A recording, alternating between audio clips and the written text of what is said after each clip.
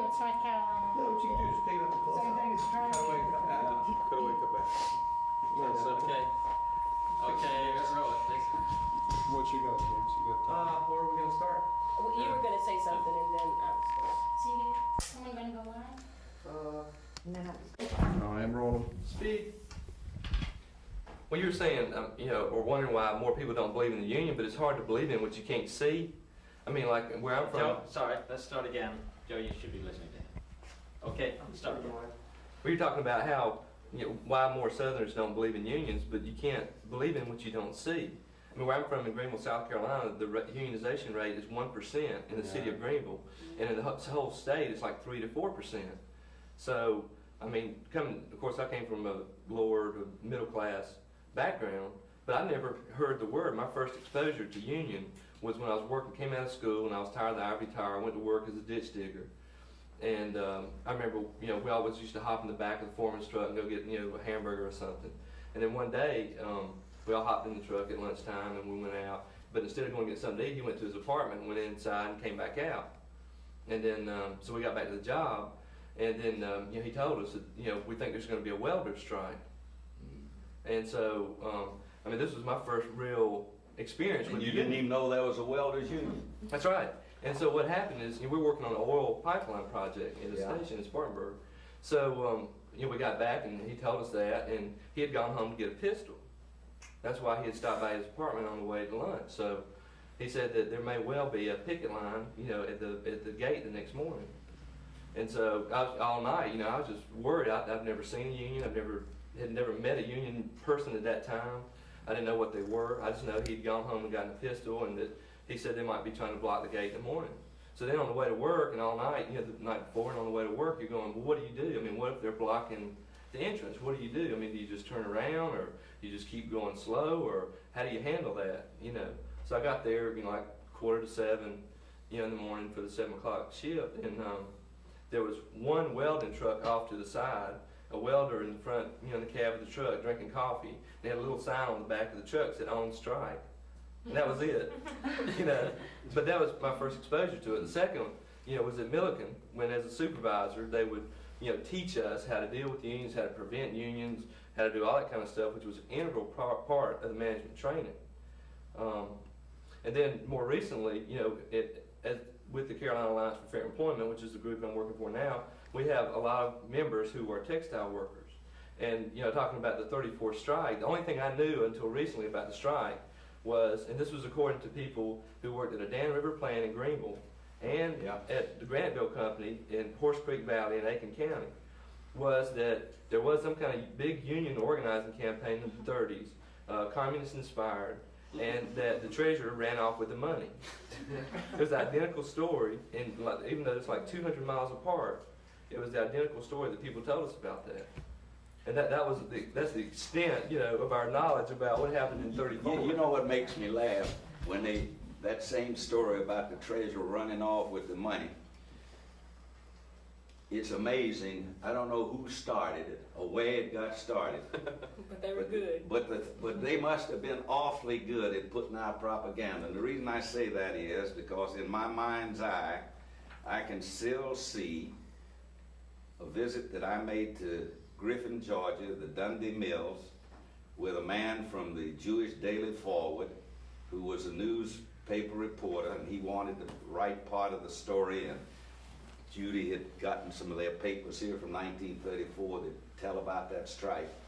We rode down to this Dundee Mill, and as we got close to it, we saw this long single line of people lined up for 2-3 blocks. And we finally rode up to it, and there at the head of the line, or the end of it, there were 2 crates crossways this way, and 1 crate on top, and a man sitting there writing receipts for $1 for everybody to join the union. And there were thousands who put that $1 up. But that $1 went to feed the people. Mm-hmm. It went to take care of the people that were being evicted from the strike. It went to take care of human needs. And here they're talking about stealing the money. Mm-hmm. There was no money to steal. Nobody had any money to steal. And it was a revolution then. Here were people who had never one day thought that they would be lining up to join a union, and here they were joining. And when they signed up, gave the dollar, they turned around and there was this column that was walking around the mill there, the Dundee Mill, American flag in the front. That like communists? Of course not. No.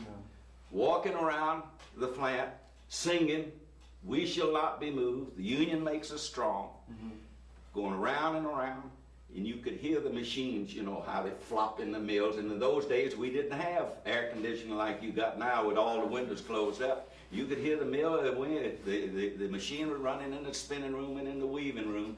And little by little, you'd hear one of them close off, and a few people come running out down the steps, get in the line, and we'd walk around. And after a while, quiet.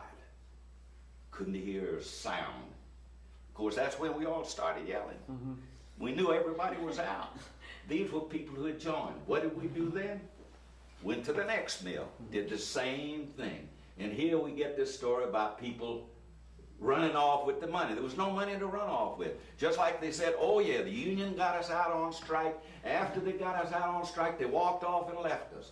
No such thing. No such thing. For months and months and months afterwards, we were getting statements, we were getting affidavits to submit to the Wynand Board, the board that President Roosevelt had set up on the promise of the textile barons that owned these. They turned around and promised him that they would take everybody back with no discrimination. That was in the papers, in English, in Yiddish, in every language. It was in the papers, and they didn't do that. They turned around, they discriminated against our people. Those who were active on the picket line were the first thing. We even had people where we went to hearings after we filed complaints, and this is the union trying to get them back. We thought the law would help us, and it didn't help us, just like it don't help you today. You got to do it yourself. They would say, oh, Mary Jo, she's immoral. Why would they say she was immoral? Now, it happened that Mary Jo ran around a little bit before the strike. She didn't run around after the strike. That wasn't the reason they fired her, but they knew that she'd been running around before, so they said she's immoral. We ain't gonna take her back. But she was good enough all the time to work in the mill. People that they fired who were drunk, people who they fired because they went to jail, and they took them back as strike breakers, they kept them on. Now you know why we were raising hell? They kept them on, but wouldn't take our people back. People with 20 years of service, 30 years of service, all their lives. They turned their backs on them and hired people who had never been in a cotton mill. They were running the mills with more people rather than less people because they didn't know how to run the machines like we do. Part of our trouble, though, is that I think we are in a measure to blame about the fear. Why?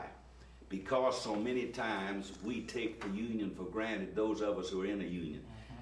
I used to say that if each day you told somebody, your neighbor, your postman, your grocer, your doctor, I belong to the union, this is what it did for me, that might get some of the fear out. But we don't do it. We don't do it. So many of us, and especially you say unions haven't changed, unions have changed some. Let me tell you why. A lot of people join the union now and they figure when they pay their dues, it's like a jackpot union. You drop your dues in, you pull that handle, and the jackpot's supposed to drop. And it's supposed to solve all your problems. It's supposed to solve your problem with your grocer, with your car payment, with your rent payment. If you got trouble with your wife, it's supposed to help you solve your trouble with your wife. He can't do it. And if you got a child that's misbehaving, it's supposed to solve it. Union don't do that. Union can only do so much.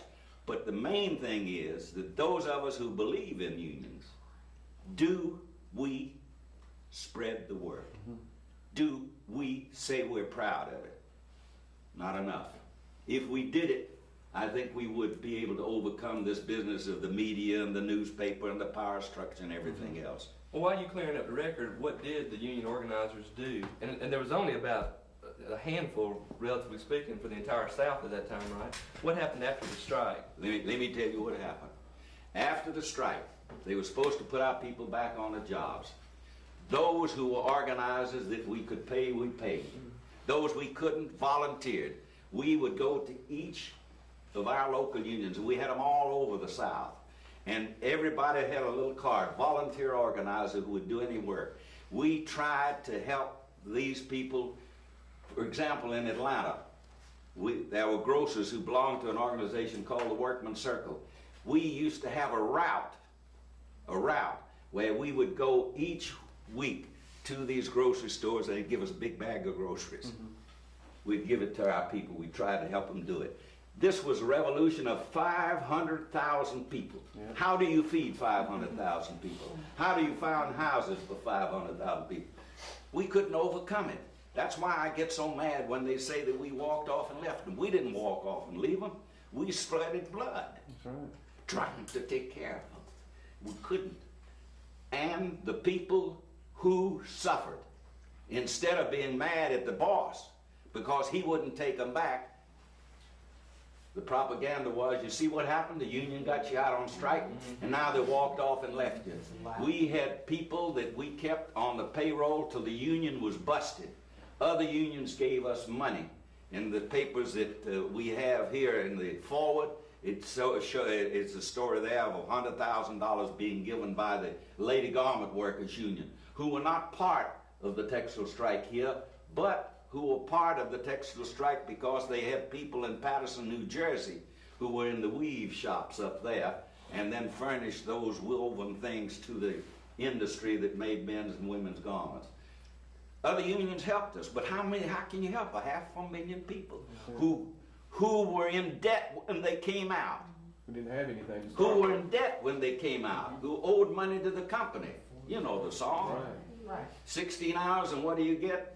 One day older and deeper in debt. That's what we used to sing in the mines over there. You talk about going to work in a textile mill. I went to work in a mine when I was 12 years old because there wasn't a law against it. Right. 7.5 cents an hour. Paid in money? No, in scrip. That was only good at the company store. Mm-hmm. When we went to the company store, we paid double the price. You wanted to get cash for it, you'd give the installment collector who would be lined up at the pay window. You'd give him $1, he'd give you back 90 cents. Then he'd take that dollar in scrip, give it to the company, they'd give him 95 cents, and the company would make another nickel on it. You want to know where power is? The textile mills did the same thing. They had these villages, they had these company stores. You paid twice the amount. The only thing you got low in a textile village was 50 cents a room for the place you lived. And that was because they were paying you $7 or $8 a week to work. Right. And when we appeared before Congress to raise the wage from 30 cents to 40 cents, they said that we wouldn't know what to do with the money. There would be more money we had. That's right. And if you want to look in the congressional records, you'll find that. And if you want to see it, you will see in a hatter's plant in Atlanta that's how we organized it. When we said to them, the man that ran the plant came in there and said that he was paying his people 30 cents an hour. If they paid it 40, that they wouldn't know what to do with it. That's something else. And the next day, all of them signed up. There was some 30-odd people in the plant. And that's the way it was. But part of it is our trouble. We're either proud of being union people or we're not. And if we're proud of it, we do something. You started out here, or we started a few minutes ago, talking about how did the people have the courage to do what they did in that 1934 strike. I don't think I had any particular courage. Mine was anger. Anger. That's it. That was real anger. I thought that there must be a better way to live. Of course, we were in the throes of the Depression. You know, Right. Roosevelt had been elected, but in 1934, we were still very much in the Depression. And we had bread lines, too. We had bread lines. You bet we had bread lines in the soup kitchens. And I thought there must be, I was mad because I had to stand on my feet 10 hours a night at that winding machine and getting $8.40 a week. So when this union organizer, when one of the weave shop men got a union organizer to come to Knoxville, he was a railroad boilermaker. I suppose they didn't have any textile organizers then. That's right.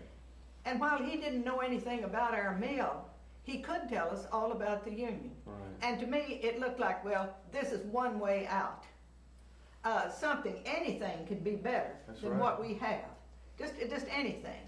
So then, of course, I started reading and learning about the union. And I had plenty of capacity to learn, because goodness knows I didn't know anything about it at the time. But then I saw, well, this is a way to make a better life for people. And I was even sorry for the people that were working around me, older women. And of course I was just 16 years old and not in excellent health at that time. And I was so mad because I had to work like that. And I did have to work like that to help support my family. Also, we mentioned blacklisting here a while ago.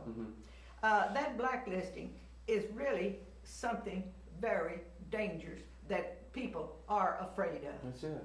Now, I am a blacklisted textile worker and will be as long as I live. Well, after that strike in Knoxville, my family needed for me to go to work. You know, I needed my job.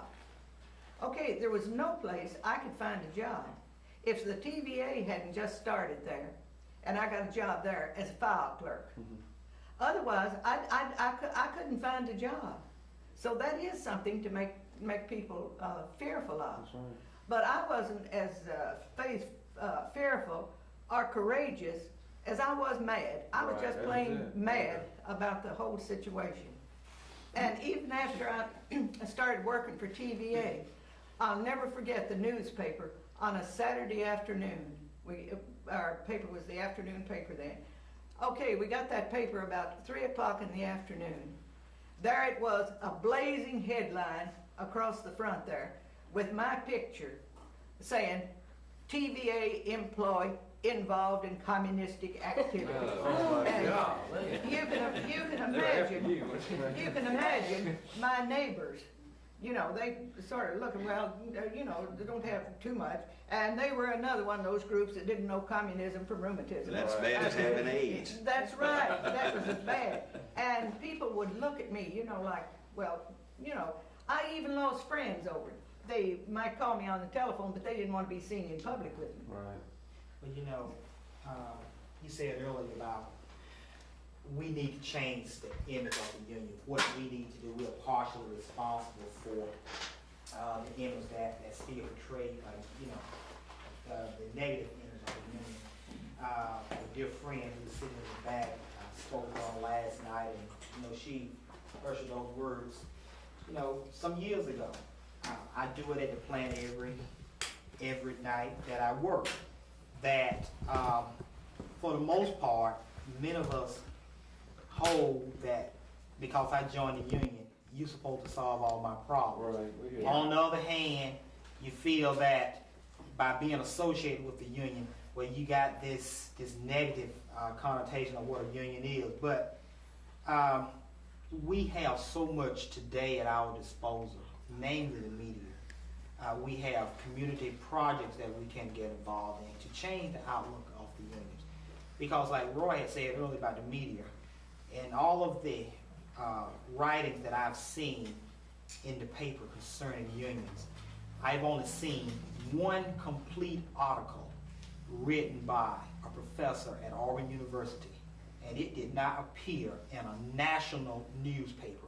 It appeared in the Auburn newspaper. And he spoke diligently about the negative image that unions have today versus yesterday, and how it is constantly being portrayed that unions are the worst thing on the face of the earth. He said, but in reality, this is what union does for the community. And he listed point A through, you know. And I said, well, this is a great article. Too bad that it's not in the bigger papers. But then I got a chance to really digest what I read, and I took it back into the plants. And I began trying to, you know, write articles through our newsletter to let our workers know what a union is. There are plenty of people that feel that, well, I pay my dues, you know, I can grab anything I want. I sit down and explain to them in the article, this is what your union dues do. You know, a union is not something that you take advantage of, and too many of us have taken advantage of it. And sometimes I feel that I've not done enough. I even ask myself, what else can I do? I've asked the manager here, you know, what else can I do? You know, what can we do to change the image that we have of the union? Plenty. But we have to first, you know, make that commitment. I think what he has said there is very good. I was anxious to come here today because I wanted to learn what the organizers and what the unions are doing today, and to see how different it might be from what we had in 1934. Frankly, most of your problems are the same problems that we had in 1934. But I wondered about your organizing tactics now. When we were organizing, well, after I became an organizer, I was just paid part-time and very little at that time.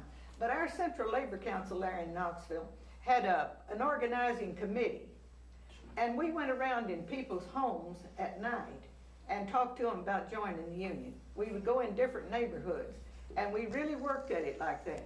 Well, so like my sister said, who had been an organizer later, she says, you can't do that now, the television interferes with you. You know, people would be glad to see us. They didn't have anything, most of them didn't even have a radio, and they didn't have anything to do, and they just soon sit there and talk to us as anything. But I'm certain that part of it, that you don't go into their homes at night and visit them like we did. But that was our, oh, did you do some of that? Yeah. Okay, good. Still do. Ms. Thornburgh, I'd like to go back to an earlier comment you made about even if a union organizes in a community and loses the actual unionizing of a plant or a factory, that there's still some victory in that. And I'd like to basically also, Tom, something you said about the unity of, you know, your courage to come out because you weren't alone. There were people there with you, standing with you. My earliest recollection of union activity in Kannapolis at Cannon Mills was somewhere around 74, somewhere in there when there was a union attempt to right. And probably there was 12,000 employees, and it probably was something like 10,000, you know, against the union, or 10,000 for the company, and 2,000. That's just a ballpark figure, just to make my point. It was pretty lopsided. It was pretty much like this. And I was working part-time in the plant at that particular time, and you know, to say the word, you know, union was totally taboo. I mean, it was, you know, corruption, the whole 9 yards. So that was in 74, and then there wasn't another, and of course the union, it wasn't Act 2 then, but they lost the election there at Cannon Mills. And then again around 84 or 85, somewhere in there, there was another, I think it was Act 2 this time, there was another election. But my point is, from 74 to 85, there was a small shift. And during 85, I'm an organizer for the Piedmont Peace Project. And the point I want to make is, in that area of the Piedmont where I organize in, there's about 12 different counties in a congressional district. And the size is about the state of Massachusetts. In that area, besides the Ku Klux Klan, the Mormon majority, and the very conservative church, there's been little organizing efforts done on a grassroots level, particularly in the progressive community. What Piedmont Peace Project came into was that climate that was very violent. You had the interests of Cannon Mills against you. You had the Ku Klux Klan, and you had the Mormon majority. We were considered, I live in the buckle of the Bible Belt. Well, those were the early days of PPP, and if we even use a union bug, I didn't even know what such thing as a union bug. On leaflets, people would absolutely freak out. I mean, just that image, just the imagery of something that was considered union was totally out of the question, and we had to stop doing that. And so during our organizing, what happened was we created a climate where people really, I know the word empowerment has been really overused in terms of us finding our collective voices, the working class of people. And what has happened since then, since 85 and then August 91, there has been a revolution of changing in terms of how people see the union. Perception. Exactly. And in terms of tactics that unions who are considered outside agitators coming into a community, they even changed their strategies in terms of involving the Piedmont Peace Project. One of our staff people took a leave of absence and worked in the community. Even finding churches, of course, there were a lot of ministers who came out for the company, but then there were a lot of ministers who came out for the union this time. But the point is, in '85, you couldn't use a union bug, and the people who were for the union were in the closet. In '91, I mean, our place was just as hot almost as the union hall. And I'd like to take some credit for that as being an organizer in that area, because we helped to create a climate where union is not such a dirty word, where we could basically, the negative narrative that the companies and the churches and well, they're all related. We're able to give. We were able to circumvent some of that. To put that in layman's language, you sowed the seed there. Exactly. And the seed to the point where now there was a 7,000 people vote, and you the company. probably thought as one individual that you weren't doing anything very influential, but you did, and you see the results. Yeah, the of it company, now. 199 votes out of something like 7. That was the margin of voting. Of course, it's for more the union. complex than that, too. And the reason it's more complex is because from the time of the last election they had to the time of the new election, there was a change in the ownership. Exactly. There was the issue of the pension. There was the Exactly. issue of a lot of other things that came. I have said over many years that the best organizer does not organize the people. The best organizer is the one who is there when the people are ready to be organized. And that organizer then helps them Channels. to know where to go. You can go, I can tell you mill after mill that we tried to organize and we lost the election. And we disappeared for a while. We tried to take care of people who got hurt. Some we could, some we couldn't. We'd come back when there was something else wrong. We'd come back when some other change in circumstance happened. But when the people were ready, they organized themselves. The big problem right now is that when they get ready, that under the laws that we have, under the problems we have, they stretch it out. They fire the leaders.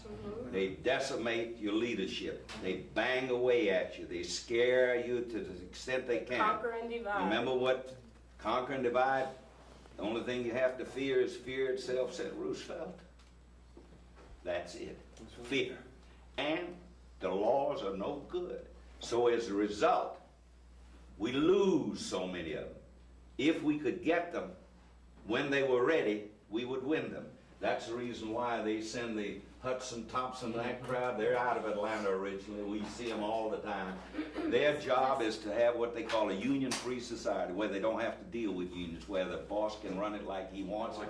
Nobody can question it. That's why when they talk about working like